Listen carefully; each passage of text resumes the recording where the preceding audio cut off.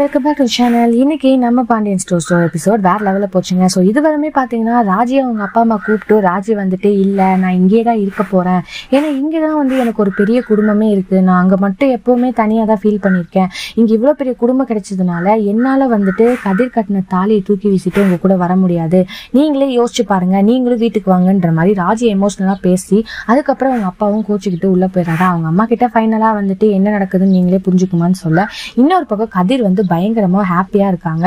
ஏன்னா நம்ம வந்து ராஜி போலையே அப்படின்னு அந்த கோமதி எல்லாருமே சந்தோஷமா வந்துட்டு ஒரு பக்கம் பயங்கரமா ஹாப்பியா இருக்காங்க.